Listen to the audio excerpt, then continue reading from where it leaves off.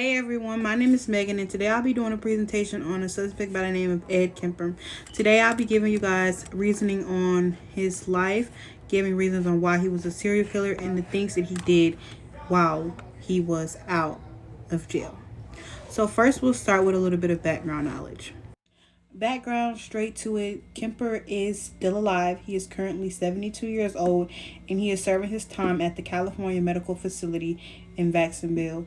The reason on why he is labeled as a serial killer is because he killed his grandparents as well as his mother, and he ate he ate his grandparents, as well as he tricked his college students into getting in the car with him and killing them as well, just for the fun of it.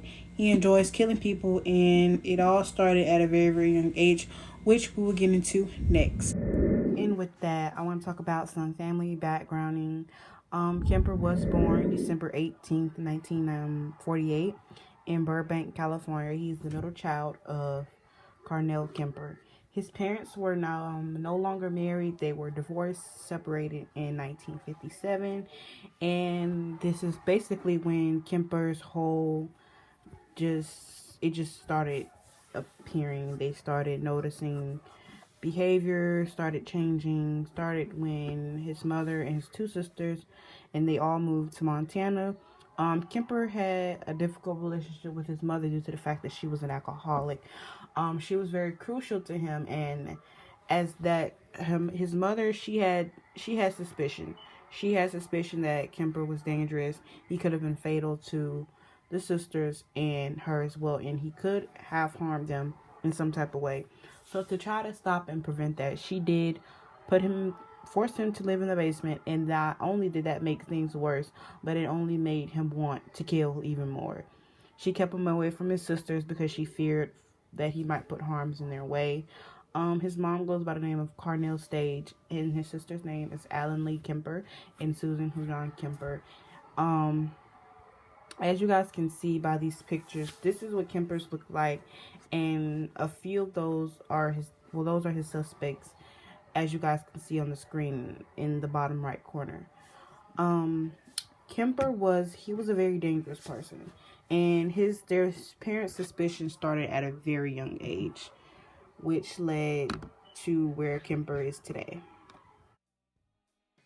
Kemper to where he is today. Some quotes that stuck out to me from sources that I've read about was an example. He killed the family cat and buried it alive. This was his first murder that he wanted to do. He killed the cat and he felt good about it, and that started at the age 10. Following up at the age 13, he cut the heads off of his sister's baby dolls, and he felt sensation on it. He was happy about it. He also dreamed of killing his mom several times, keeping in mind that him and his mom does not have the best relationship, meaning that he fantasized of wishing she was dead. Wishing she was dead, slicing her throat, all in his dreams, wishing it was coming true. And he repeatedly said it. Before he actually turned himself in, he actually killed his mom and her friend before turning himself in, just to give himself that extra push, just to give him that complete. And the last one, we've noticed that the girls, his sisters, he lured them into playing a game called that he goes by Gas Chamber, in which he had them blindfold him and lead him to the chair. Kemper is very dangerous. He was a threat to the family, and his mother, she had suspicion and she knew. That's why she tried to take precaution the way she did. As Kemper got older, he went to Carbondale College, community college. He was a white male. My estimate is about 6'3". His IQ was a 145, and he did have early indicators starting at the age 10.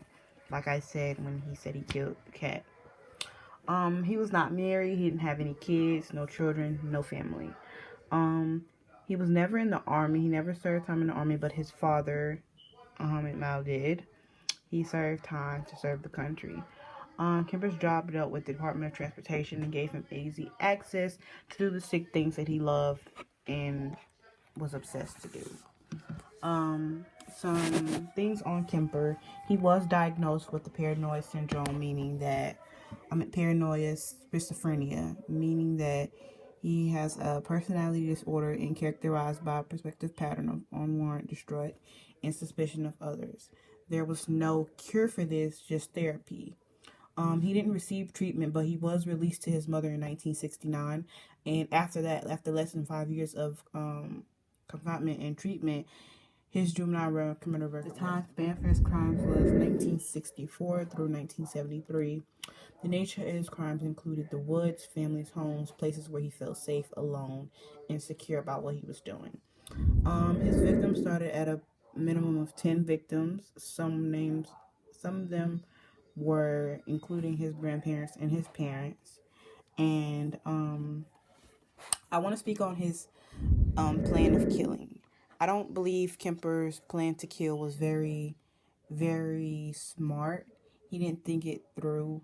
He took his grandfather's gun and killed his grandmother with it.